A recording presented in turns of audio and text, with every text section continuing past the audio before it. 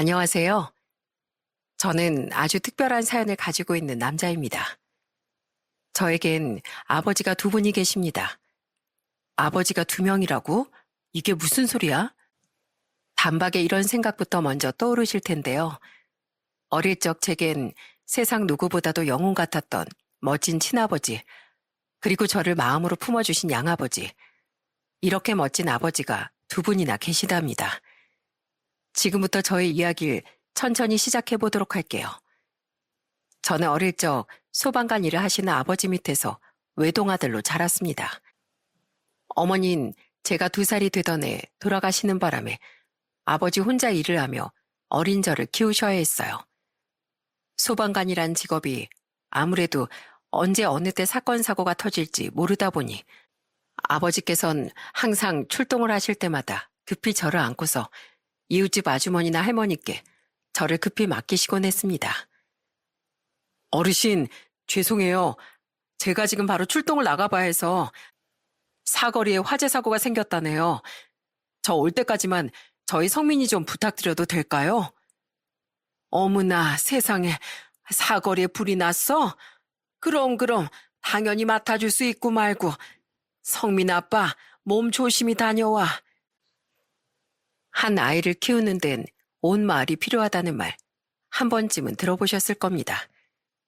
저희 동네는 나름대로 좁은 편이었기에 저희 아버지가 어떤 일을 하고 계시는지 대부분의 이웃들이 알고 있었고, 그래서 늘 예고도 없이 절 맡아달라는 당황스러운 부탁에도 어르신들은 거리낌 없이 저를 돌봐주시곤 했었답니다.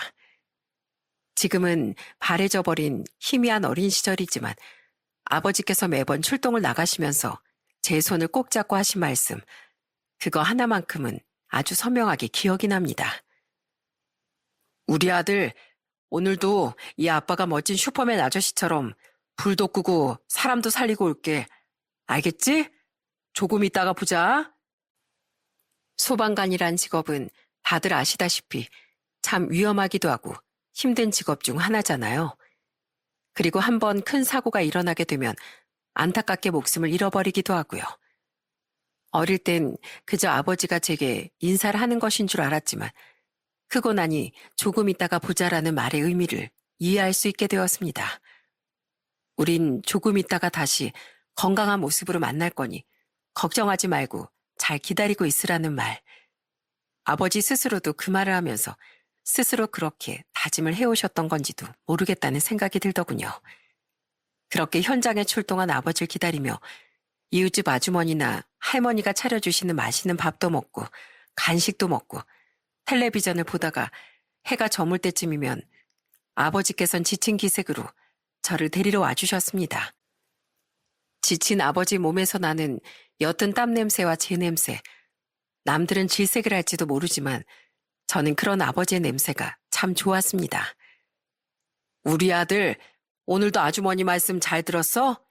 말썽 피운 거 없지? 아빠 오늘 사람들 많이 구했어? 불도 잘 껐어? 그럼 이 아빠가 누구야? 우리 동네 제일 가는 소방관이잖아. 아빠가 오늘 몇 명을 살렸는지 알아? 바로바로 5명을 구했어. 어때? 아빠 진짜 대단하지?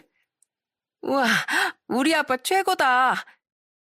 그 당시 저는 어린 나이였기에 아버지께서 하시는 말씀들을 모두 이해할 수는 없었지만 뿌듯한 목소리로 불을 끄고 사람들을 구했다는 얘기를 할 때면 아버지가 마치 만화책이나 영화 속에 나오는 엄청난 슈퍼 영웅 같은 존재라고 느껴졌습니다.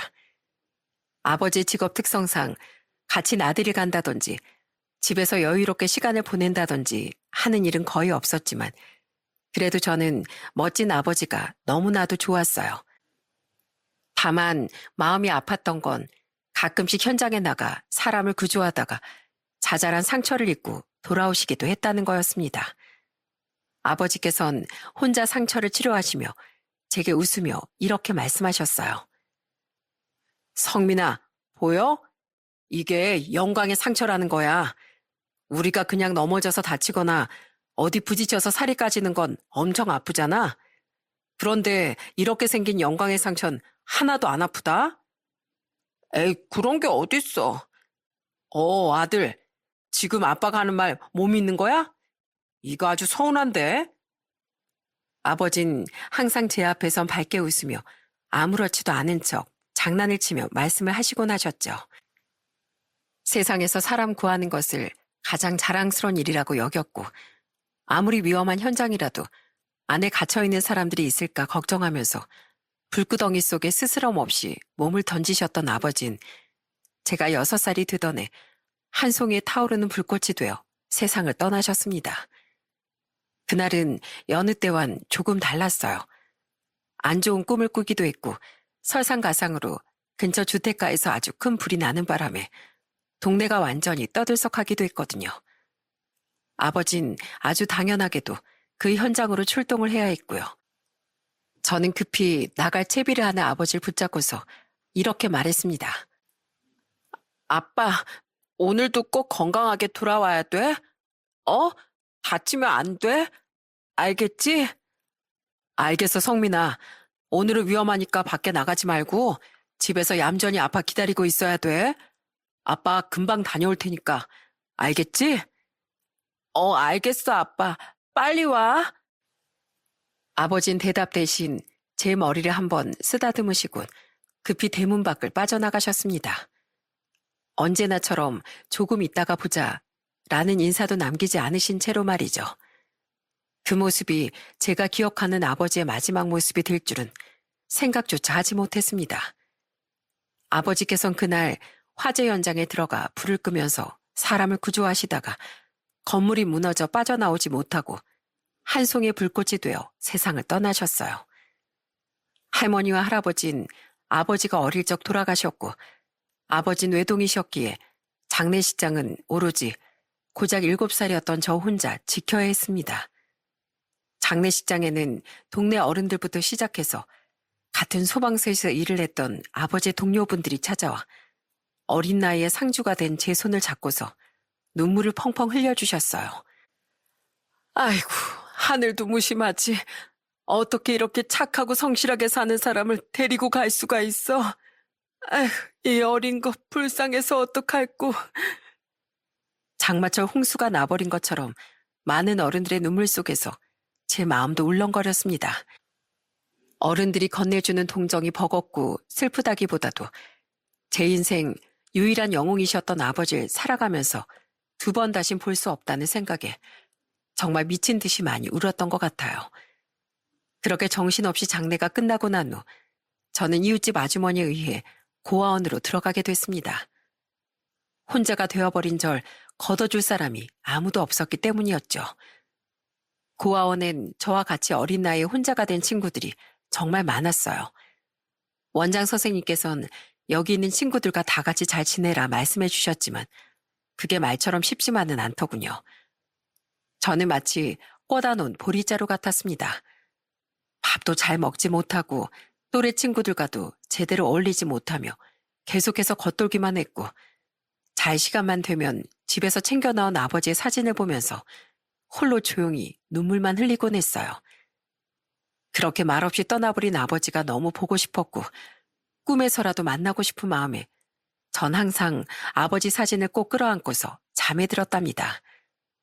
그렇게 고아원에 들어온 지 일주일 정도의 시간이 지났을 무렵 원장 선생님께서 혼자 방에 있는 저를 불러내셨어요.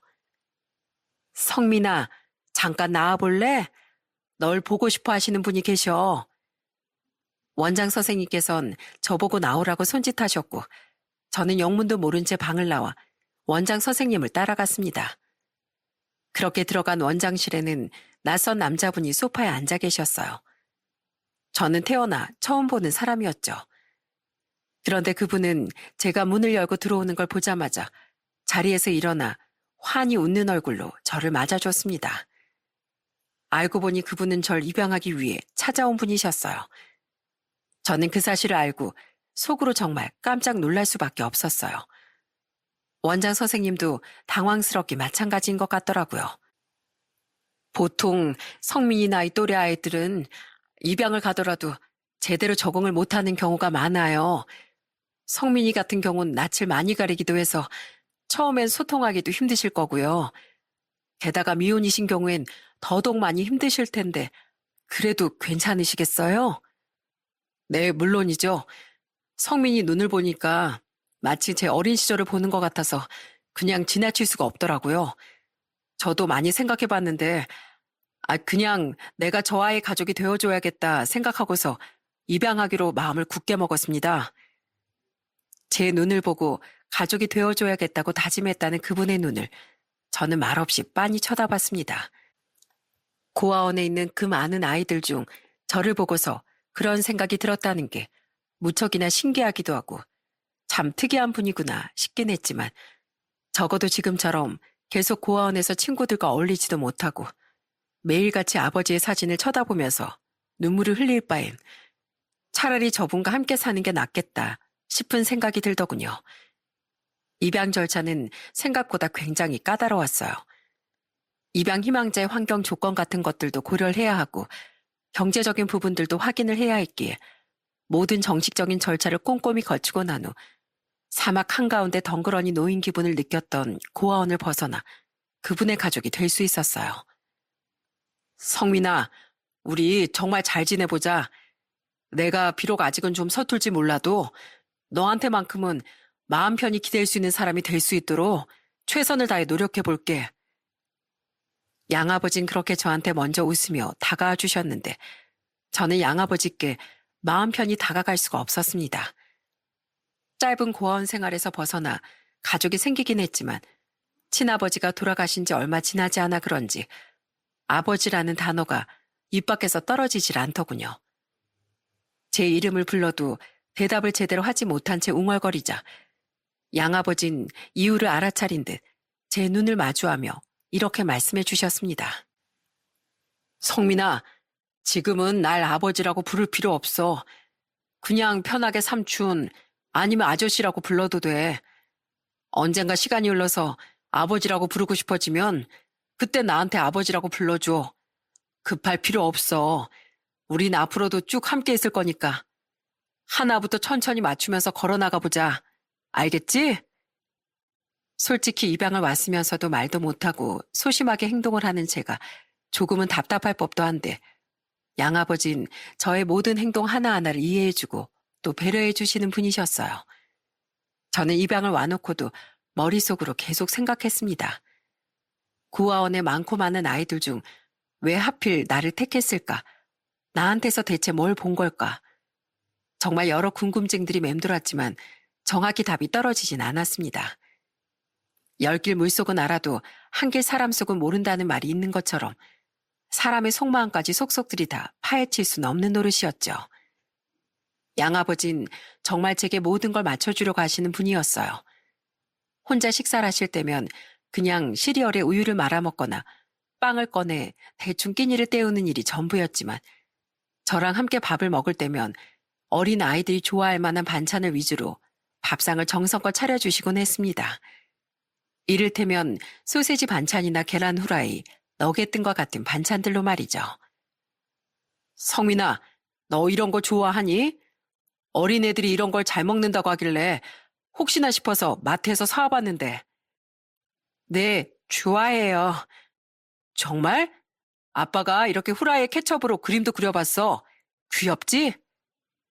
양아버지 말에 계란 후라이를 들여다보니 케찹으로 웃는 얼굴을 그려놓으셨더군요. 다들 알고 계실 겁니다. 어린아이 눈높이에 맞춰준다는 건 생각보다 쉬운 일이 아니라는 것을 말이죠. 그런 양아버지의 모습을 보면서 정말 애를 많이 쓰시는구나 싶은 생각이 절로 들었어요. 그뿐만이 아니었습니다. 매일 자기 전 제 방에 들어와 동화책을 읽어주시기도 하고 자장가를 불러주시기도 했습니다. 어릴 적 양아버지 어머니께서도 이렇게 해주셨다면서 말이죠. 우리 어머니도 늘 이러셨거든. 내가 국민학교에 들어가기 전까지 항상 내 머리맡에서 잠들 때까지 동화책을 읽어주시곤 하셨어. 7살 정도 되면 굳이 동화책을 안 읽어줘도 쉽게 잠들 수 있잖아. 근데 엄만 정말 하루도 빠짐없이 들어와서 책을 읽어주셨어. 난 그런 엄마 목소리를 자장가 삼아 잠들었었고. 정말요? 그래서 나도 나중에 자식이 생기면 우리 엄마처럼 해줘야겠다 생각했지. 성민이는 어때? 아빠가 이렇게 동화책 읽어주고 이러는 거 별로야? 아니요, 괜찮아요. 맨날 와서 읽어주세요. 그럼 저 잠이 더 잘 올 것 같아요. 양아버진 그런 저의 말에 화색을 띠시며 무척이나 좋아하셨어요. 하는 행동 하나하나가 오직 저를 위한 것이었기에 싫어할 수가 없었죠. 직장을 다니고 계셨던 양아버진 회사 사정상 잠시 동안 휴직을 하게 되어 하루 24시간을 오로지 저와 보내곤 하셨습니다. 평일이든 주말이든 한 번도 가보지 못한 경치 좋고 물 좋은 곳으로 나들이를 다니곤 했어요. 야, 성민아, 저기 봐봐, 저기. 엄청 예쁘지? 꽃도 엄청 많이 피어 있고. 우리 저기 가서 사진 찍자. 양아버진 저와 함께 놀러 다닐 때마다 무척이나 들뜬 모습을 보여주시곤 했는데 그럴 때마다 누가 어른이고 누가 아이인지 구분이 잘 가지 않을 정도였죠. 진짜 어른 같다고 느껴지는 순간들도 물론 있었지만 함께 있으면 천진난만한 소년 같다는 생각이 들기도 했어요. 그렇게 양아버지와 함께 여러 가지 추억을 쌓아나가며 시간이 흐르다 보니 닫혀있던 제 마음의 문도 어느덧 조금씩 열리기 시작했습니다. 그래도 아버지라는 말을 하기까진 시간이 더 필요할 것 같았어요. 제가 양아버지에게 온 지 1년이라는 시간이 흘렀을 무렵 문득 양아버지 가족에 대해 궁금해졌습니다. 1년이라는 시간 동안 단 한 번도 가족에 대한 언급을 듣지 못했고 얼굴도 한 번 본 적이 없거든요. 양아버지 가족들은 어디에 있는지 그리고 저의 존재를 가족들도 알고 있는지에 대해 궁금했습니다. 그래서 한날은 조심스럽게 이 이야기를 양아버지에게 꺼냈고 양아버진 저의 질문을 듣고서 한참 동안 침묵을 지키시더니 이내 웃으며 제게 이렇게 말씀해 주셨어요. 아빠 가족들이 어디 있는지 궁금했구나, 우리 아들. 아빠 부모님은 손이 닿지 않을 정도로 아주 먼 곳에 계셔. 아빠가 고등학생 때 사고가 나서 돌아가셨거든. 전 그것도 모르고 죄송해요. 아니야, 내가 너였어도 충분히 궁금했을 거야. 나의 존재는 알고 있을까?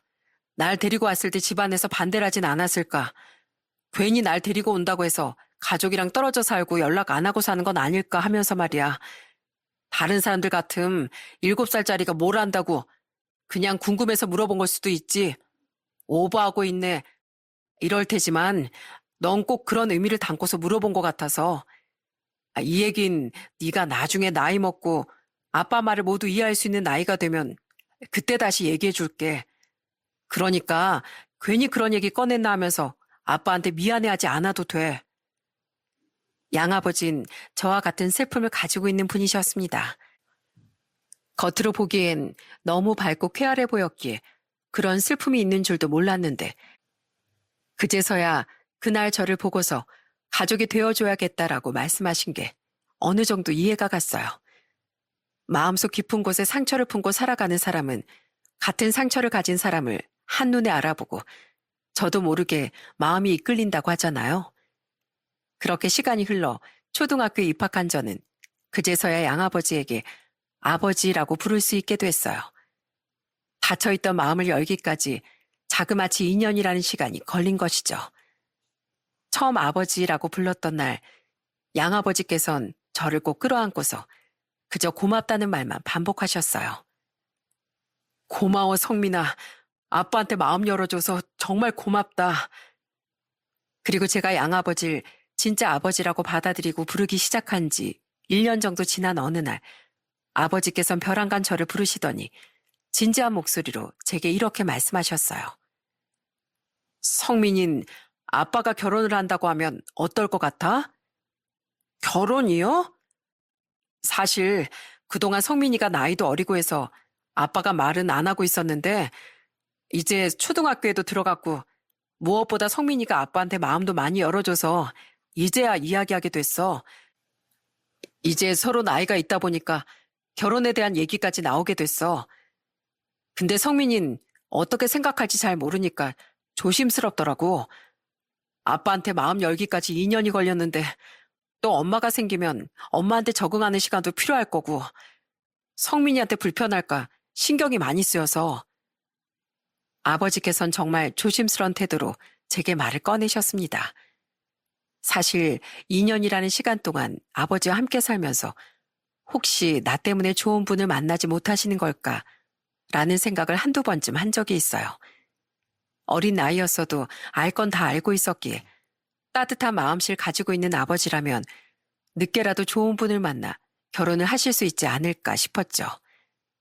그런데 만나는 분이 이미 있었다고 하니 다행이다 하는 생각이 들기도 하면서 당황스럽기도 했지만 그래도 저의 인생이 아닌 아버지의 인생이었기에 저는 아버지의 선택을 응원해 드리기로 마음을 먹었어요. 전 아버지가 행복하기만 하다면 뭐든 좋아요. 그러니까 저 신경 쓰지 마시고 아버지 마음 가는 대로 하세요. 정말? 정말로 괜찮겠어? 제가 안 괜찮다고 하면 만나고 계신 그분이랑 뭐 안 만나실 거 아니잖아요. 전 정말 괜찮으니까 걱정 안 하셔도 돼요. 아버지께선 제게 연신 이해해줘서 고맙다는 말씀을 하셨고 며칠 후 집으로 한 여자분을 데리고 오셨어요. 아버지 앞에선 괜찮다고 말을 했지만 막상 얼굴을 보니까 몸이 굳어서 떨어지질 않더라고요. 딱딱하게 얼어서 쭈뼛거리는 제게 그분은 먼저 다가 반갑게 인사를 건네주셨습니다. 안녕? 네가 성민이구나. 종성 씨한테 얘기 많이 들었어. 너 듣던 대로 되게 잘생겼다. 눈도 똘망똘망하니 되게 예쁘고. 감사합니다. 마음 같아선 편하게 대하고 싶었지만 그게 잘 안 되더라고요. 그렇게 첫 만남, 처음으로 가진 식사 자리에서 아버진 어머니가 되실 분을 향해 이렇게 말씀하셨어요. 이 자리를 빌려 당신한테 꼭 부탁하고 싶은 게 있어. 내가 항상 얘기했지만 성민인 내가 가슴으로 낳은 아들이야. 태어날 때부터 인연이었던 건 아니지만 그래도 이렇게 만나서 나랑 가족의 연을 맺은 아이고 이젠 내 자식이니까 당신도 나랑 결혼하게 되면 성민이를 친자식처럼 잘 돌봐줬으면 좋겠어. 이게 내가 하는 처음이자 마지막 부탁이야. 내가 몇 번을 말해. 그런 건 걱정하지 말라고. 누가 데리고 온 아이인데 내가 함부로 대하겠어. 그런 걱정은 하지 마. 당신이 성민이를 입양하고 정성을 다해 키운 것처럼 나도 성민이를 내 자식처럼 생각하고 정성을 쏟아서 돌볼 거니까. 그 말을 듣는데 어떻게 저렇게 생각을 할 수가 있지 싶더라고요. 보통 결혼할 사람이 아이를 데리고 있으면 그게 입양한 자식이라고 할지라도 얘기를 듣고 나면 어쩔 수 없이 거부감이 들곤 할 텐데 제 존재를 그대로 받아들이는 모습을 보면서 두 분이 왜 만났고 결혼까지 선택을 하게 됐는지에 대해 어느 정도 알 것 같았습니다. 성격이든 뭐든 하나도 빠짐없이 모든 부분이 잘 어울렸던 두 분은 결혼식을 생략하고서 혼인신고만 한 채로 부부의 연을 맺었어요. 아버지와 단둘이 살던 집에 어머니가 들어오셨을 뿐인데 집안 자체의 분위기가 무척이나 밝아진 게 굉장히 신기하더라고요. 그렇게 저는 온전한 가정에서 평온하게 사랑을 받으며 성장하게 됐습니다. 그리고 외할머니와 외할아버지도 저의 존재를 색안경 없이 있는 그대로 받아들여 주셨어요. 어머니를 따라 외갓집으로 갔던 날 외할머니께서 절 보시며 반갑게 인사를 해주시던 모습이 아직도 제 머릿속에서 잊혀지질 않습니다. 아이고 그래 네가 성민이로구나. 인물도 훤칠하니 참 잘생겼네. 그래 오는데 힘들진 않았고? 네, 안 힘들었어요. 다행이다 다행이야. 자 온다고 힘들었을 텐데 어서 식사하자꾸나. 내가 우리 성민이가 뭘 좋아하는지 몰라서 애들이 좋아하는 것들은 거의 다 준비했어. 아니 엄마 무슨 임금님 수라상도 아니고 상다리가 아주 부러지겠어. 뭘 이렇게 많이 준비했대? 아유 힘들게. 예, 명색이 우리 손자 처음 만나는 날인데 이 정도 힘을 좀 줘야 되지 않겠니? 그리고 원래 이맘때 애들은 한창 클 때라서 뭐든지 가리는 거 없이 많이 먹어줘야 돼. 그리고 말수가 엄청 적으셨던 외할아버지께선 항상 외갓집에 갈 때마다 제게 말없이 용돈을 쥐어주곤 하셨어요. 그 모습을 본 어머니께선 애한테 뭐 저런 돈을 주느냐고 외할아버지를 타박하셨고 그럴 때마다 외할아버진 이렇게 말씀하셨죠. 내가 애한테 돈 주지 너한테 돈 주냐? 성민아, 이 돈 절대로 니네 엄마나 아빠한테 주지 말고 친구들하고 만난 거 사 먹어라. 알겠지? 네, 외할아버지. 친외손자가 아님에도 불구하고 외할머니와 외할아버진 제게 정말 잘해주셨어요. 이렇게 저는 부족함 없이 그리고 입양아라는 차별과 색안경 없이 사랑을 받으며 자랐습니다. 하고 싶은 거 모두 할 수 있게끔 지원해 주셨고 어린이날이나 생일 그리고 크리스마스와 같은 기념일이 찾아오면 항상 제가 갖고 싶은 선물들까지 사주시곤 하셨어요. 메리 크리스마스! 네가 성민이로구나. 아빠한테서 이야기 많이 들었어. 그래, 올해도 착한 어린이로 살았다지? 한 해 동안 울지도 않고 말이야. 네, 저 1년 동안 울지도 않고 씩씩하게 밥도 잘 먹고 부모님 말씀도 잘 들었어요. 그래. 그래서 이 산타 할아버지가 특별히 크리스마스 선물을 준비했어요. 우리 성민이가 가지고 싶어 했던 팽이 장난감. 내년에도 부모님 말씀 잘 듣고 착한 어린이로 지내고 있으면 이 산타 할아버지가 찾아와서 선물을 주고 갈 거예요. 11살이 되던 크리스마스엔 아버지가 산타 분장을 하고서 연기를 하시며 그 시절 유행하던 팽이 장난감을 선물해 주시는데 아버지인 게 다 티가 나 그냥 웃음이 날 정도였답니다. 물론 그냥 모른 척 속아 넘어가 드렸지만 말이죠. 이 정도로 부모님께선 절 무척이나 많이 사랑해 주셨습니다. 초등학생 시절을 지나 중학생 그리고 고등학생이 되니 성격도 많이 변했고 또 장래 희망이라는 것도 생기게 됐어요. 저의 꿈은 바로 돌아가신 친아버지의 직업이었던 소방관이었습니다. 친아버지가 그러했듯 누군가를 살리는 숭고한 직업을 가지고 싶었고 돌아가신 아버지께서 밟았던 길을 그대로 이어서 밟고 싶었어요. 소방관이 되려면 중요한 시험을 거쳐야 한다는 걸 알고 있었기에 저는 공부도 운동도 그 무엇 하나도 허투루 하지 않았습니다. 부모님께선 소방관이라는 직업을 꿈꾸는 저를 응원해 주시긴 했지만 한편으론 걱정을 하기도 하셨어요. 성민아, 소방관도 물론 정말 멋진 직업이긴 한데 그래도 찾아보면 네 적성이랑 잘 맞는 일들도 많을 거고 남들처럼 평범하게 회사 다니면서 편하게 앉아서 일할 수 있는 직업도 있을 텐데 꼭 소방관을 해야겠어? 엄만 다 좋은데 너무 위험해지지 않을까 그게 걱정이 돼서 그래. 그래서 소방관이 하고 싶은 거예요. 내 몸 하나 희생해서 다른 사람 한 명이라도 더 살릴 수 있다면 그걸로 됐다고 생각해서요. 물론 그런 일 일어나지 않게끔 스스로 몸조심도 할 테지만 한번 살다 가는 인생 많은 사람들을 위해서 한 몸 바쳐 일하고 살고 싶어서 소방관을 하려고 하는 거예요. 그래. 아휴, 우리 아들이 하고 싶다는데 엄마가 열심히 응원해줘야지. 멋지다, 멋져. 역시 내 아들이다.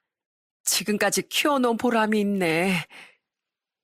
계속해서 걱정을 하시던 부모님께선 저의 말을 듣고서 묵묵히 제가 가려고 하는 그 길을 응원해 주셨고 저는 고등학교 졸업 후 대학을 나와 소방공무원 채용시험에 당당히 합격할 수 있었어요. 시험에 합격했다는 결과를 보자마자 부모님과 부둥켜 안고서 얼마나 눈물을 흘렸는지 모릅니다. 아이고, 우리 아들 너무 장하다, 장해. 그동안 공부하랴 운동하랴 그 틈에 시험 준비까지 하느라고 너무 고생 많았어.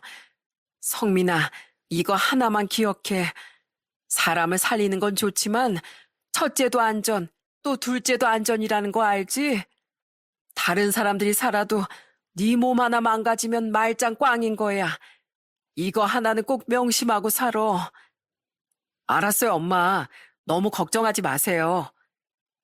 그렇게 꿈에 그리던 소방관이 된 저는 정말 많은 화마들을 마주하고 불길 속으로 뛰어들어 많은 사람들을 구해냈습니다. 아직 경험이 많지 않았고 막내 소방관이었지만 어떤 상황에서도 망설임 없이 현장으로 몸을 던져 불을 끄고 사람들을 구해냈죠. 그래서 함께 일하는 동료들과 반장님, 팀장님은 저를 향해 독종이라고 부르곤 하셨습니다. 저거 진짜 독종이야, 독종. 다른 사람들은 불길이 너무 세서 들어가기도 망설여하는데 지 혼자 여기 시간 더 지체하면 다 무너집니다. 빨리 들어가서 불 끄고 안에 사람 있는지부터 확인하겠습니다. 이러고 지 혼자 그 불길 속으로 겁도 없이 몸을 던지고 아주 깜짝 놀랐다니까. 그게 바로 소방정신 아니겠습니까, 반장님? 그래도 사람이 죽어서 나오는 것보단 낫잖아요. 그래, 그래. 아, 요 놈 이거 들어온 지 1년도 안 됐는데 벌써부터 이렇게 용감해가지고 연차 차면 아주 날개 달고 날아다니겠어. 이렇게 같은 서에서 일하는 사람들이 독종이라고 부를 정도로 저는 열정을 가지고 소방관이라는 직업을 해내기 위해 최선을 다했습니다. 가끔씩 팔이나 다리, 몸에 화상을 입는 일도 있었지만 이 정도 다치는 건 아무것도 아니라고 생각했어요. 내가 조금 다치는 걸로 다른 사람의 인생을 구할 수 있다면 그것만큼 가치가 있는 일도 없다고 생각했고, 또 돌아가신 친아버지께서 하시던 일을 그대로 이어 걷는다는 생각에 자랑스럽기도 했으니까 말입니다. 그렇게 낮이고 밤이고 화재 현장에 불려나가며 열정을 불태우던 제게도 사랑이 찾아왔어요. 지인을 통해 소개를 받은 지금의 아내에게 첫눈에 반해버린 거였죠. 아내는 소개를 받은 첫날 저의 직업을 듣고서 웃으면서 이렇게 얘기했습니다. 너무 멋있어요. 내 몸을 던져 다른 사람들의 목숨을 구해내는 일을 하다니. 직업엔 귀천이 없고 세상 모든 일들은 다 소중하고 존중받아야 한다고 생각하지만 이렇게 목숨과 관련된 일을 하시는 분들은 더더욱 존경받아 마땅하다고 생각해요. 멋져요, 성민 씨. 진심으로요. 나라는 사람 자체를 존중해주고 내가 눈코 뜰 새 없이 바쁜 걸 이해해주는 사람. 이런 사람은 정말 세상 천지를 뒤져봐도 찾기 힘들 거라는 생각이 들었습니다. 거기까지 생각이 미치니 만난 지 1년도 되지 않았는데 결혼을 하고 싶어지더라고요. 20대를 지나 30대에 접어들면서 결혼이라는 걸 고려하고 있기도 했고, 일생에 더할 나위 없이 좋은 사람을 만났으니 가정을 이루고 싶은 것도 어쩌면 당연한 것이었죠. 그리고 무엇보다 아내는 저의 속 깊은 사정을 듣고도 저를 이해해주는 아주 속이 깊은 사람이었어요. 어머님 2살 때 돌아가시고 아버진 소방관 일을 하다가 돌아가셨구나. 아마 나라면 그 트라우마 때문에 절대 소방관이라는 직업을 택하지 못했을 거야. 하늘에서 아버지가 내려다보시고 정말 뿌듯해 하시겠다. 그리고 어릴 때 고아원에서 데려와 키워주신 아버지도 정말 대단하신 분이네. 그 사실을 알고도 당신을 아무렇지 않게 자식으로 받아들인 어머니도 대단하시고, 난 그런 거 신경 안 써. 당신이 지금 이렇게 건강하고 바르게 잘 커줬으면 된 거지. 부모님이 친부모님이고 아니고가 뭐가 그렇게 중요해. 그런 거 신경 안 쓰니까 걱정하지 마. 아내의 말을 듣고서 전 곧바로 아내에게 프로포즈를 했고, 아내는 그 프로포즈를 웃으면서 수락했습니다. 그리고 먼저 처갓집에 인사를 드린 뒤 저희 부모님께도 아내를 소개시켜드렸어요. 처음 아내가 집에 갔던 그날 부모님께서 아내를 얼마나 예뻐라 하셨는지 모릅니다. 이렇게 예쁘고 선한 사람이 우리 집 며느리가 되다니. 아휴, 성민이 넌 전생에 정말 나라를 구했나 보다. 내 말이 그 말이야. 우리 아들이 아주 날 닮아 보는 눈이 있어서 그래. 그렇죠, 아가씨? 맞아요. 어머니께서 이렇게 아름다우신 거 보니까 아버님도 그리고 성민 씨도 보는 눈이 엄청 뛰어난 것 같아요. 아이, 말도 예쁘게 하는 것 좀 봐. 아내는 저희 집안 식구로 100% 합격점을 받았고, 저도 처가집 식구들에게 사위로서 인정을 받고서 상견례까지 무사히 끝낼 수 있었습니다. 사실 속으로 무척이나 걱정을 하긴 했지만 그래도 특별한 이슈 없이 결혼 전 절차를 마무리할 수 있어 참 다행이다 싶었어요. 그리고 상견례를 하고 온 날 저녁 식사 후 아버지께선 제게 조용히 다가와 이렇게 속삭이셨어요. 아들, 우리 상견례 성공적으로 마친 기념으로다가 기분 좋게 둘이서 한잔 할까? 어때? 오, 전 너무 좋죠, 아버지. 아버진 그냥 앉아만 계세요. 제가 간단하게 술상 차려올게요. 일을 하고부턴 아버지와 단둘이 앉아 술잔을 기울일 일이 별로 없었는데 마침 오늘은 기분이 좋은 날이기도 하고 또 마침 쉬는 날이기도 했기에 저는 신이 나서 간단하게 술상을 차렸습니다. 그런데 잔뜩 들뜬 저와는 다르게 아버지께서는 알 수 없는 표정을 짓고 계셨어요. 뭔가 기뻐 보이면서 슬퍼 보이기도 하고 뭐라고 말을 할 수 없을 정도로 복잡한 표정이셨죠. 왜요, 아버지? 제가 장가 간다고 하니까 막 서운하고 그러세요? 그래, 이놈아. 서운해서 그런다. 콩알만 할 때 나한테 왔는데 언제 이렇게 커가지고 장가를 간다고 하고 나도 그만큼 나이를 먹었구나 싶기도 하고 세월 참 빠르다, 빨라. 에이, 아직 아버지 젊으시잖아요. 한창 젊음을 즐길 나이면서 뭘. 나도 내일 모레면 60이야, 이놈아. 아직 30대 초반밖에 안 된 녀석이 지 아빠를 놀려먹고 있어. 그렇게 분위기를 풀어가면서 아버지와 술잔을 한 잔, 두 잔 기울였습니다. 그런데 아버지께선 즐겁게 말을 하시다가도 계속 한숨을 쉬시기도 하고 영 표정을 풀지 않으시는 거예요. 그래서 보다 못한 제가 먼저 말을 꺼냈습니다. 아버지, 무슨 일 있으세요? 계속 말씀을 하시다가도 한숨 쉬시고 아까부터 표정도 계속 안 좋으시고. 아이고, 내가 그랬나? 신경 쓰였다면 미안하구나. 아니요, 그게 아니라 저는 그냥 걱정이 돼서 그래요. 무슨 일이 있으신가 해서.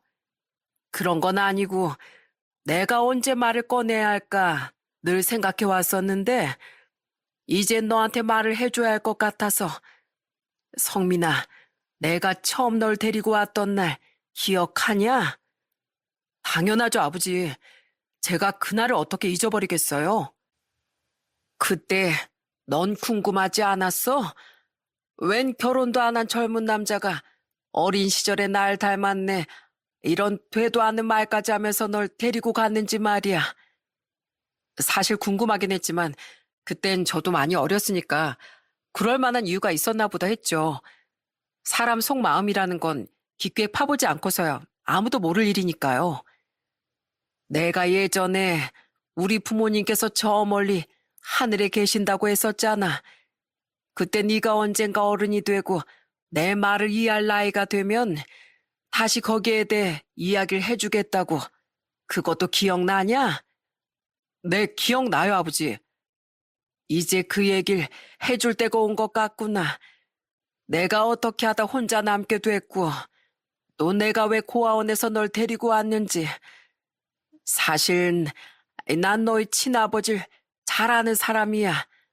우린 참 신기한 인연으로 이어져 친형제처럼 지내던 사이였지. 저는 아버지의 말씀을 듣고 정말 깜짝 놀랄 수밖에 없었습니다. 돌아가신 제 친아버지와 지금의 아버지가 원래 알고 지내던 사이였다니. 그런 일은 전혀 생각도 하지 못했기에 아버지의 말에 너무 놀라 입을 다물지 못하자 아버지께선 웃으며 천천히 말씀을 이어가셨어요. 니네 아버지를 처음 만났을 때가 내가 18살이 되던 애였을 게야. 그때 우리 집에서 아주 큰 불이 났었거든. 연긴 독하게 피어오르지 불길은 무섭게 치솟지.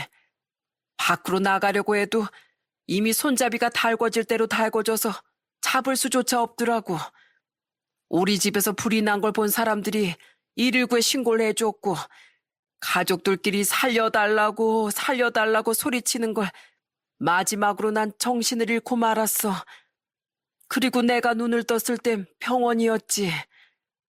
다른 가족분들은요? 어디에 계셨는데요?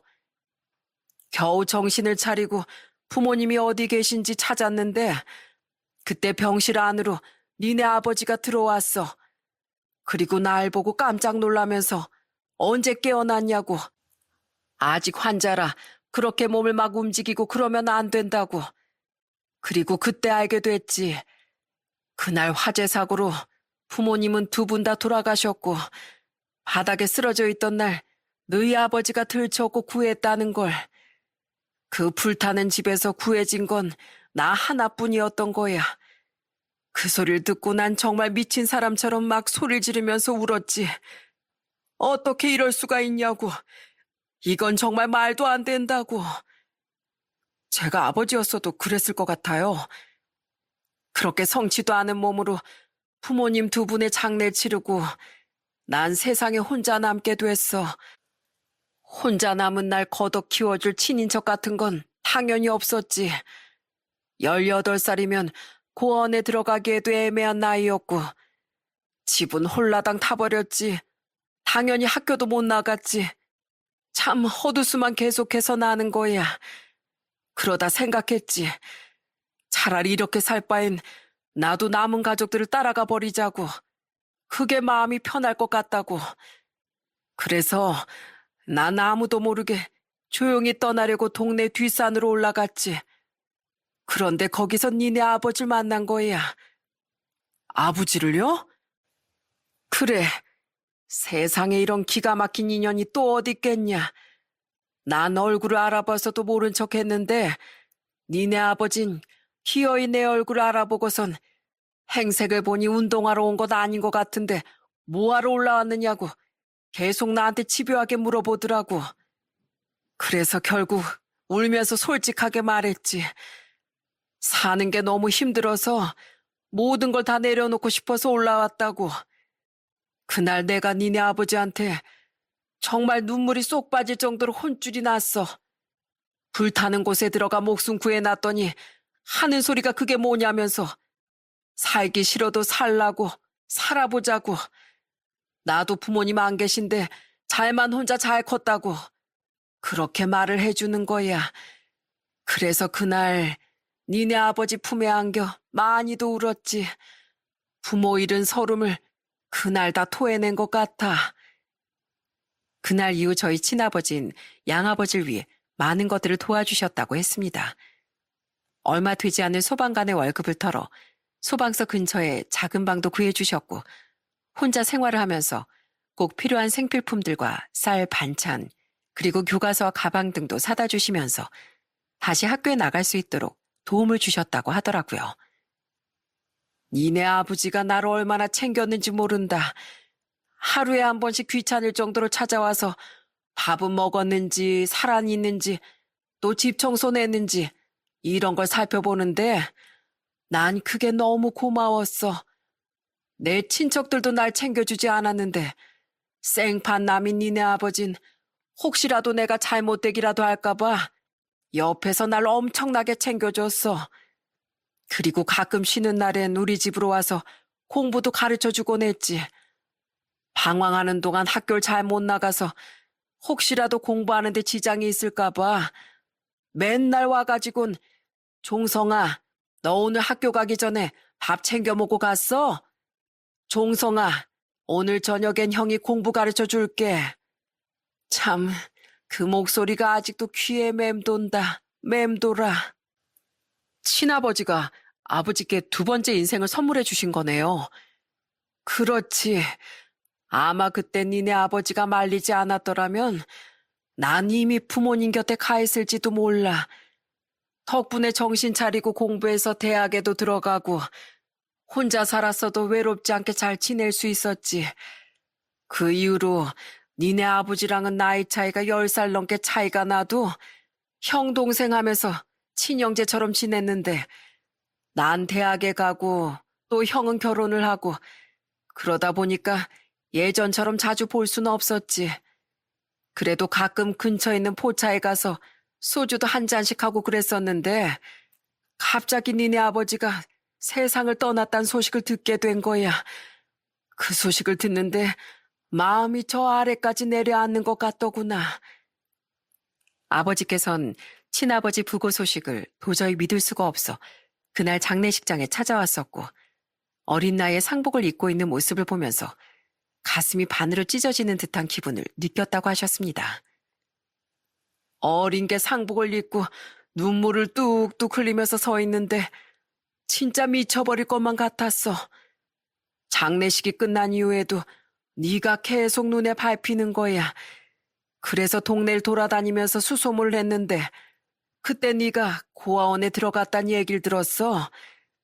그 소식을 듣고 나서부터 도저히 잠을 잘 수가 없더구나. 그리고 고아원에 찾아가기 전날 밤에 형이 꿈에 나와서 우리 아들 좀 키워달라고 나 없이 외로울 우리 아들 좀 키워줘. 나한테 이렇게 부탁을 하더라고. 그래서 그곳에서 널 데리고 왔던 거야. 왜 그날 양아버지께서 저를 데리고 가셨는지 아버지의 가족은 어떻게 된 것인지에 대한 궁금증이 모두 풀렸습니다. 아버지께선 저희 친아버지로 인해 많은 도움을 받으셨고 두 번째 삶을 살게 해준 은인에게 은혜를 갚기 위해 저를 마음으로 낳은 아들로 받아들이신 것이었어요. 그 모든 사실을 알게 된 전 눈물을 뚝뚝 흘리며 이렇게 말했습니다. 감사합니다, 아버지. 아버지가 아니었다면 전 아마도 고아원에서 계속 친아버지 사진만 보고 울면서 외로운 시간을 보냈을 거예요. 아버지 덕분에 사랑을 배웠고 또 아버지 덕분에 따뜻함을 배웠고 아버지 덕분에 이렇게 잘 커서 번듯한 직업과 사랑하는 사람도 만날 수 있었어요. 정말 감사합니다, 아버지. 나도 고맙다. 단 한 번도 엇나간 길로 안 나가고 반항 한 번을 안 하고 우리 부부의 하나밖에 없는 사랑스러운 아들로 건강하게 자라줘서 넌 예전에도 지금도 그리고 또 앞으로도 우리 부부의 자랑스러운 아들일 거야. 사랑한다, 아들. 그리고 다음날 저와 아버진 친아버지가 계시는 산소에 함께 찾아갔습니다. 학교 졸업 이후 오랜만에 찾아오는 아버지의 묘에 풀이 잔뜩 자라있어 손으로 잡초도 뽑아드리고 술도 한 잔 따라드리면서 오랜만에 인사를 드리고 왔답니다. 형, 오늘은 우리 둘이 같이 왔어. 아들내미 이제 곧 결혼한대. 시간 참 빠르지? 그 조그마한 애가 이렇게 훌쩍 커버리고 형은 참 좋겠수. 나이를 안 먹어서. 난 이제 형보다 나이가 많아. 앞으로 세월이 흐르고 나면 우리 성민이도 형보다 나이가 많아지겠지. 형, 그래도 나 아들내미 잘 키웠지? 외롭지 않게. 물론 살아나가면서 앞으로도 형한테 갚아나갈 은혜가 많지만 하늘에서 보고 있다면 꿈에라도 나와서 나한테 잘했다는 말 한마디만 해줘. 아버지, 이제야 두 분의 사이를 듣게 됐어요. 두 분한테 이런 일이 있었을 줄은 꿈에도 몰랐는데 듣고 나서 사람 인연이라는 게 참 신기하다 싶더라고요. 아버지, 다음에 찾아올 땐 며느리랑 손주랑 해서 다 같이 찾아올게요. 그때까지 전 다치지 않고 건강하게 아버지처럼 많은 사람을 구하면서 사명을 다하고 있을게요. 잘 지내고 계세요, 아버지. 그 후 저는 아내와 결혼식을 올렸고 혼주석에 앉아 계시는 어머니와 아버지께 큰절 한 번씩을 올려드렸습니다. 그리고 지금은 소방관 일을 하면서 대한민국의 안전을 지켜나가는 중입니다. 아, 아내는 지금 소중한 아이를 가진 상태인데요. 장모님이랑 장인어른은 멀리 살고 계셔서 저희 어머니와 아버지가 살뜰히 챙기고 계시는 중이랍니다. 성민이 너 새아기가 먹고 싶다는 건 어지간하면 다 사줘야 한다. 여자 임신했을 때 먹고 싶은 거 못 먹으면 그 서러움이 애기 낳고까지 이어지는 거 알지? 알아요, 엄마. 저도 지금 엄청 잘하고 있어요. 그래, 우리 아들이 새아가한테 어련히 알아서 잘할까? 아이고, 새아가, 저거 좀 봐라. 내가 저 두 남자 사이에 끼어서 어떻게 살아왔는지 뻔히 보이지? 어머님, 걱정하지 마세요. 이젠 제가 무슨 일이 있어도 어머님 편 들어드릴게요. 이렇게 저희 가족은 지금도 재밌게 잘 지내고 있습니다. 전생에 500번의 돌아봄이 있어야 이번 생에 어깨를 스쳐 지나갈 수 있다는 말이 있는데요. 이번 생에 우리가 만나게 된 건 전생에 깊은 인연이 있어 만났다는 뜻이랍니다. 태어나서부터 저를 길러주셨던 친아버지도 그리고 친아버지에게 은혜를 갚겠다는 마음으로 선뜻 저를 품어주신 양아버지도 아마 이전부터 이어진 끈이 있었기에 이렇게 깊은 인연으로 만날 수 있었던 게 아니었나 생각합니다.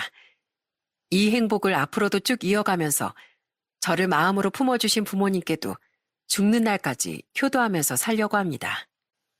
저의 긴 사연을 들어주셔서 감사합니다. 언제나 건강하고 행복한 하루 보내시길 바랍니다.